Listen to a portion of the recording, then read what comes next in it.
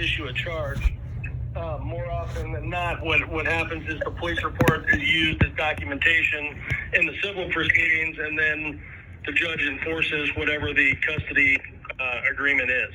And Eric, I'm going to tell you that the biggest argument against us is that when somebody else has an order to provide custody, whether it's a grandmother, mother, anyone, and that person, in your eyes, does not follow the court order, our reaction has to be intensify the litigation, not pull away.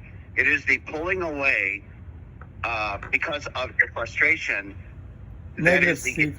I mean, I don't want to waste this officer's time about the case details, but I can go back on our emails and reference multiple times I've asked for early access motions, contempts to be filed because she was refusing to comply, and you even told the other attorney, hey, this is the route we're going to take if she doesn't comply, and yet no compliance has been made. I understand, but there might be, you and I might have a fundamental debate over when those steps would have been taken as of the last denials. So I think that debate is still active, and I think the officer is correct. I don't think this is the way to go, but I do think contacting the police officer if there is further violations and further withholding, I absolutely believe that. So, Steve, could you clarify why we're on the phone? Because I've seen nothing that says that we're not in court orders yet, that says that our court orders are null and void. So would that mean we're still under court orders for further visitation? I understand there's a court order, and it's not been brought to the attention in the proper manner that I'd like to, and that I would immediately do so. If we were to come to an understanding of how this got to this forward person, I believe with the officer's statement that to let the civil case play out. Now, maybe we should have played it out a whole lot sooner, and we can't fix that. But we can fix going forward how we play it and stay in for the long. It's been frustrating, officer, for him because when they... I understand. I'm a parent too, and everybody wants more immediate results, and I understand that. That's the problem, because the results don't come immediate as people want, and how we react to those denials. Right. Right. Yeah, well, I also explained the difference between a CAD report and a formal care report. We do CAD entries, which is the officer gets dispatched. There's obviously a record in our computers. The officer enters notes. In this case, it will state that the grandparents that Mr. Miller contacted them and filed a complaint stating that the 5-year-old was denied from visitation, and that there's a civil matter pending. That's documented for the purpose of reference in your civil matter, or if we write a formal report applying for charges, that's a formal care report where I got it.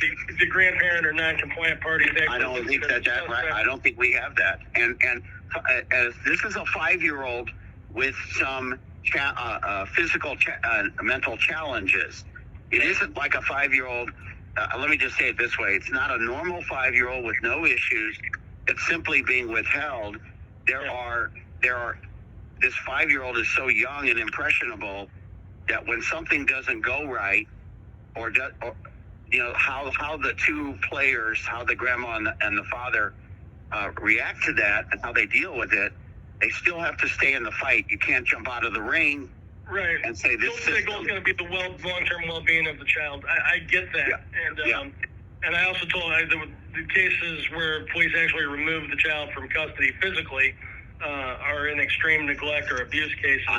I have it's not that. It's not that they're being abused, or it's that the child itself has challenges growing up, and those challenges are what this judge is taking heavily into account.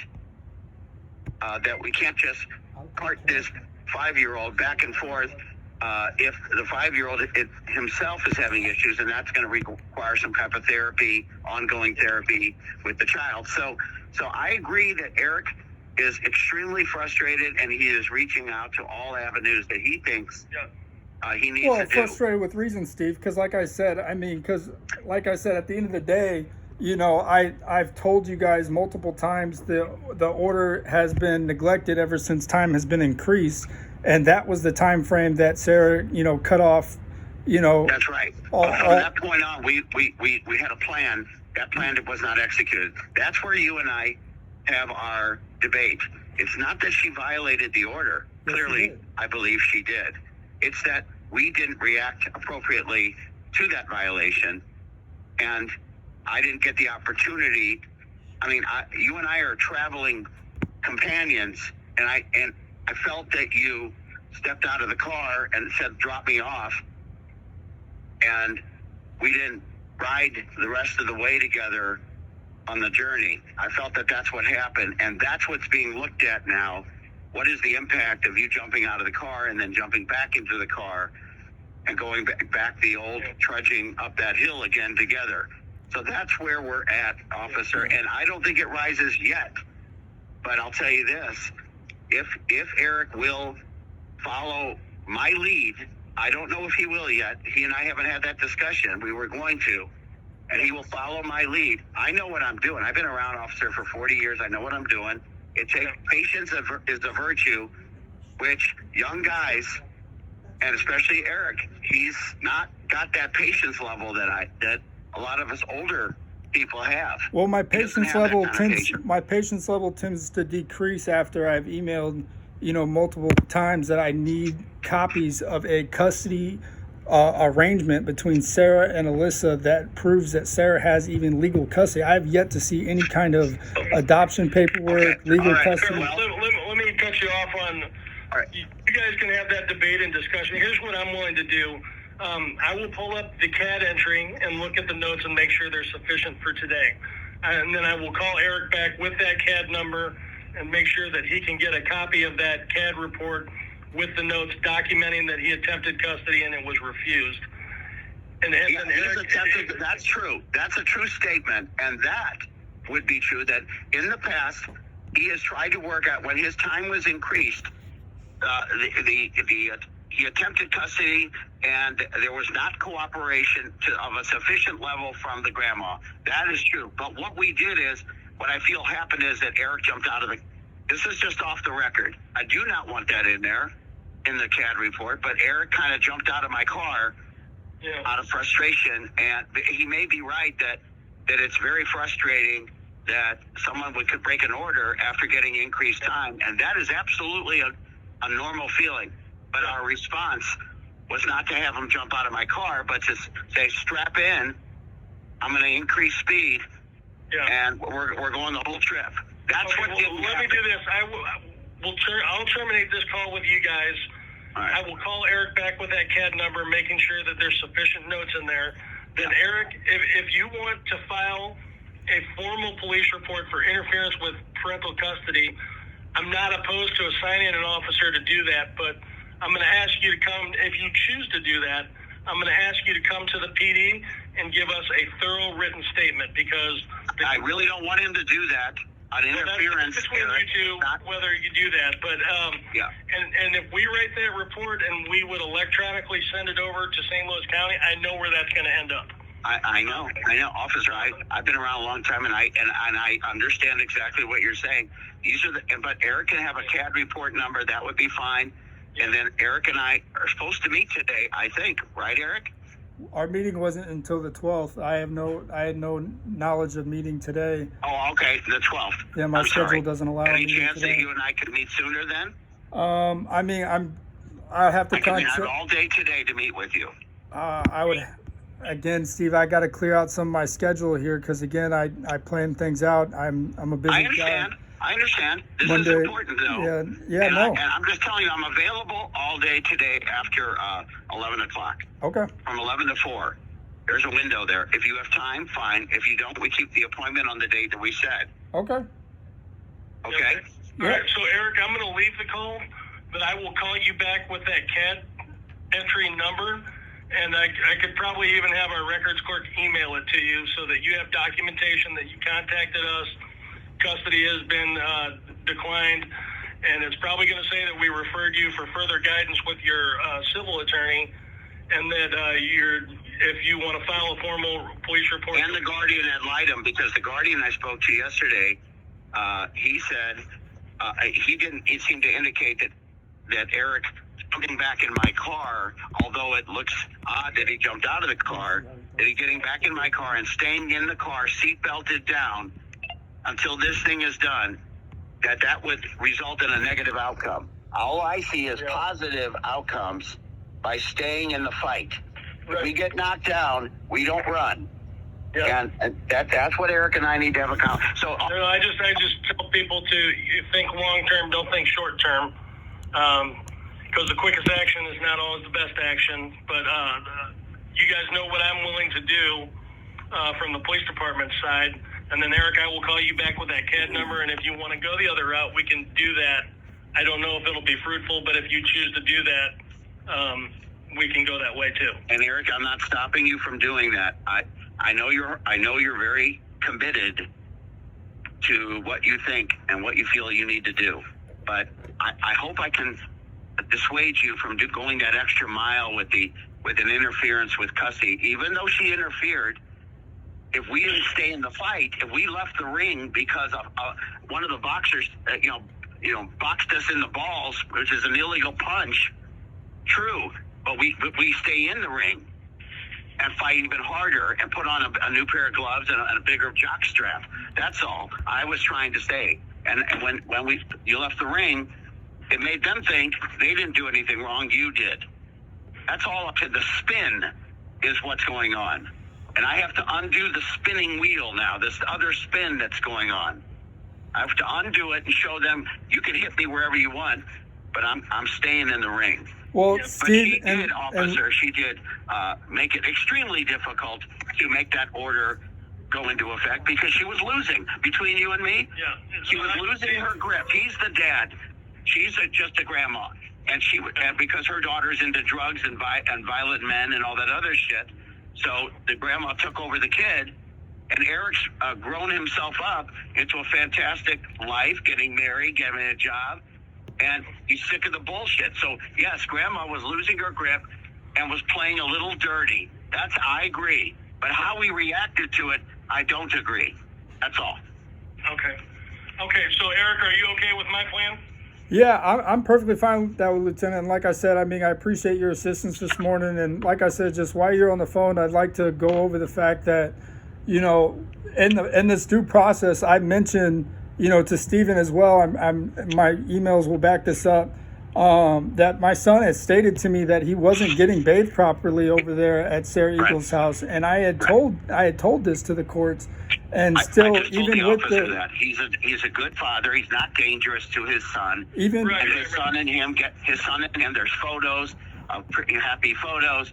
Eric's a good dad. Even with the proof of neglect. Well, I haven't heard any information indicating that your kid is in any danger in your custody or in grandma's custody. Right. So that's just another reason that we're going to have to knock grandma around a little bit harder and stay in the ring and stay in the car and go the route that Eric has to be frustrated with, which is the long-term game, not the short-term response. That's it. And Eric, if you and I come to that decision and we stay together, that's where I have to know whether you can stay in my lane with me. But the officer is correct to write what he said.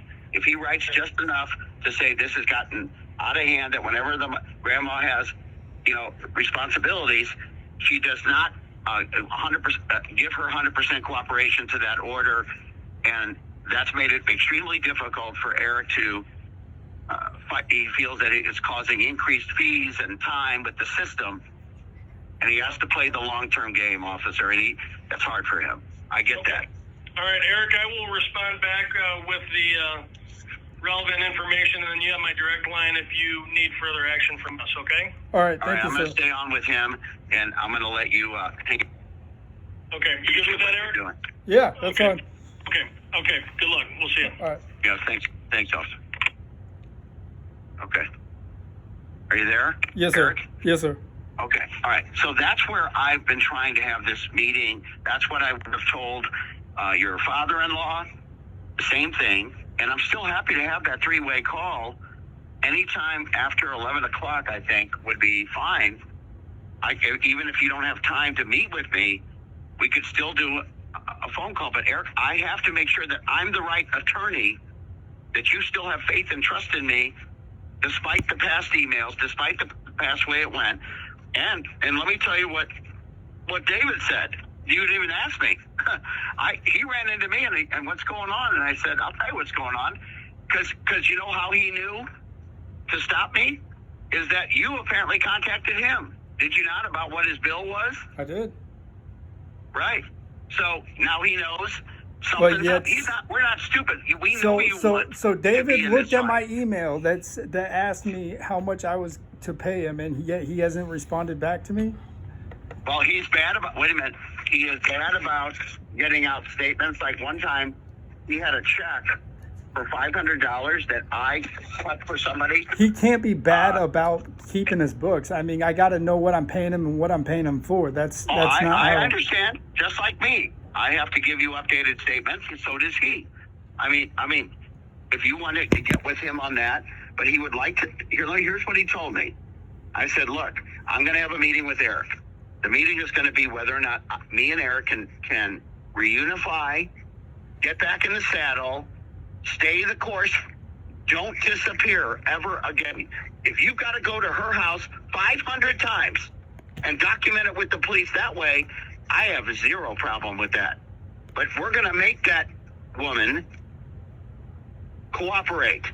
I just have issues. You have to stay in that fight. I just have issues with the 500 times when Terry's threatening the well-being of my physical safety, because at that point I have a right to defend myself, and I will if he puts hands on me. I get it. If the location of the place involves him there, and there's a chance that he threatens you, okay, then if you are threatened, then you have the right to get a restraining order against somebody who threatens your physical safety and you're scared of that individual. I know you're in security and stuff. So let me tell you what David said. He said, Steve, I believe we can get ourselves back into a step up again. And a step up is we start again and go increase and go increase. Okay? And I I'll just tell you this off the record, and don't quote me, because I didn't have a specific discussion with the judge about your case. However, I did ask the judge a hypothetical question, which involved, what do I do when we're moving along strong and I have a client that disappears from me and then wants to get back in it? What did you do when you were in private practice? Did you stay the course with that person, or just get out and say, go get yourself another lawyer? And she said it really depended on the motivation and energy level of staying in the fight that your client has with the attorney. And she said, but she's noticed in her past that individuals that scrap and fight the way you do, by handling it in a different way and not necessarily the way that we're supposed to, that those people usually don't change the way they deal with things, that they're pretty consistent. And it might not work if I stayed on the case. He said that's a decision you're going to have to make with the person that you're deciding whether to stay on or not. Well, I mean, with all that being said, I mean, it sounds like a lot He knows what I'm talking, without saying it. This is the bottom line of what I'm telling you. I can get you back in the saddle and get those orders reinstated, probably the way they should have been. But if there's been an issue of cooperation, we did not handle it correctly by running away and disappearing. I understand the reason you did. Nobody is. In fact, I told David, you're getting married to the very woman that you had issues with when you kind of disappeared, and now you're getting married. I said the father-in-law contacted me. He wants to know what's going on. Eric called you about your bill. Okay, so here we are again. We need to get back into the courtroom again. Only this time, never leave. Never be late. You've got to make the time and not say, I got a 20-hour job. I've got a family over here. This has to be a number one priority. And it's been said that you don't have those priorities with this child. It's been argued, and I've always said, shut the fuck up about that. He cares about his son, and he will, okay? And I've kind of quelled that. But as to getting back in the saddle, you got to do it the old-fashioned way. Yeah, no, I mean, I completely agree with you, Steve. I just, but my hardest thing with this is that we were doing it the right way, right? And my emails even went over this as me even requesting Monica Williams to come back and supervise these visits, because even with the supervision... Right, what was her name? Her name was Monica Williams? Correct. And since that, I've used Monica in a case, but Monica's delegated to others when she's been too busy, because she's extremely busy. Oh, yeah. That's the problem with Monica Williams. Well, and I understand that. And whenever I asked the judge, I said, hey, Judge, Sarah's saying that these issues are going on in my household. I said, I challenge that. Why don't we have a third party, come in and supervise these visits like Monica Williams? It didn't have to be her. What about mediation? Have we tried mediation yet? As far as going to a professional mediator, I know one. She's fantastic. She charges, I believe, $250 an hour. It's a 2-hour mediation. The parties split the cost of the mediation. And you go to an attorney's office. Okay, I think she's in Kirkwood. You go to their office, and then you. I got to walk to my office. Hold on. I've got a hearing in 15 minutes. So I know exactly what to do for you. I've known from the beginning, and I known from in the middle, and I know it now. And now more than ever, we have to jump back in the car, strap down, and never leave again. And as long as you do that, I'll ask the judge for a trial continuance, because she just set it for trial. Right. And I don't know that you'll get sole custody now. In this case, I might have to come back on a motion to modify and do Plan B. I don't know yet. But I'd rather continue the trial date and say, Judge, we would like a mediation. A paid mediation with Kim Bettisworth. That's the attorney's name. She's fabulous. I've never seen her not be able to solve a problem. Never. And this mediation would be fantastic for the two of you and Sarah. Just go in there and talk it out.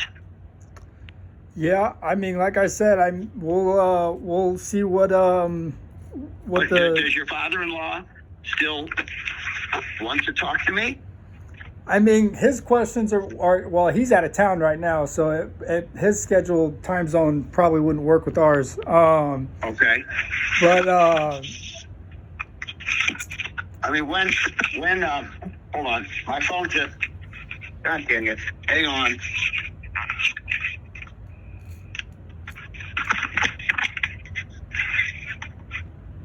My phone's acting up, buddy. You're good. Here, Eric, can you hear me? Yeah, I can hear you. All right, I can't see it. I can't see my phone. I'm going to get a new phone. That's part of my problem, is my phone's been fucking up. But that's what I would like to do. That's my plan with you. I don't know that you want to follow that plan. That's why I have to make sure that if I stay on the case, and yes, I'll tell you what your bill is. I think it was up there. Your father-in-law was acting like he was going to pay the bill. I can't speak on that statement. I'm not sure on that note. I just know that. Or he wanted to know what was owed. He was listening to everything you were saying. Yeah. And he wants to know my perspective. This is the same thing I told the officers, the same thing I'm going to tell your father-in-law, and the same thing I'll tell the whole world. I know this case can be won. I've known it from the beginning. Look, if my reviews don't convince you of how good I am, I don't know what will. But I do have to be paid, and I know you're working hard, and I know you're frustrated, and you're challenged. And the way David put it, you can be very staunch, hard-headed. That may be the way you're wired. That you're wired that way from a long time ago. I mean, we could all be wired some sort of way, whether it's corrupt or hard-headed or I know. So I want to show them that we're never leaving, no matter what. Even if she fucks with it again and again and again, I want her to be the one on the receiving end of contempt. I don't want you to distract them away from what she did, and you did distract them, and now we're back. It's like we got knocked off the mountain, 1,000 yards. So just to be clear, at this given time, there is no court order in place. There's no what? Court order in place? That's incorrect. So there What is do you mean? there is a Of court course order. there's a court order in place. Okay, so if that court order is still You in, saw the order. if it's in place, then I can still request that she drops him off and because stuff. of the distance, you have to rejuvenate. We have to have a plan of attack now. And I think that if we talk to your father-in-law, that he'll understand what I'm saying. And if he's willing to help you with this mess, I'm 1,000% in favor of that. The more on your team, the better. Holly, her dad, the whole family. Fuck yeah. More the merrier. I'm happy to have that call. I'm happy to have that call this weekend, this evening. Well, I can't this evening. I got to watch grandchildren. I'm on your side, Eric. 100,000%. But people leave me. Can you hear me? Yeah, I can hear you. Yeah, people have left me. I mean, the percentage of people that withdraw from me, like out of 1,000, might be 5. I mean, I'm a go-to person. I handle these types of situations. I handle the worst situations in the world. You wouldn't believe the shit I go through. And people are frustrated. And they don't see the light at the end of the tunnel. And I got to deal with that. I don't blame you for being who you are, but now we have to try a different tactic. Now you can get your CAD report, but do not do an interference. That'll go nowhere. And she's not interfered to the extent of a criminal violation. She has interfered, though, to the extent of a civil violation. I've got people that are literally kidnapping. I mean, they are kidnapping. And the cops, those are tough cases because they don't want to get involved. They have to have a clear-cut case of a child in danger that's being kidnapped. Understood. All right, look, I got to run. She just told me I got the guys on the Zoom. All right, all good. So set up a call with your father-in-law. Let's talk this weekend, okay? Sounds good. All right, see ya. All right.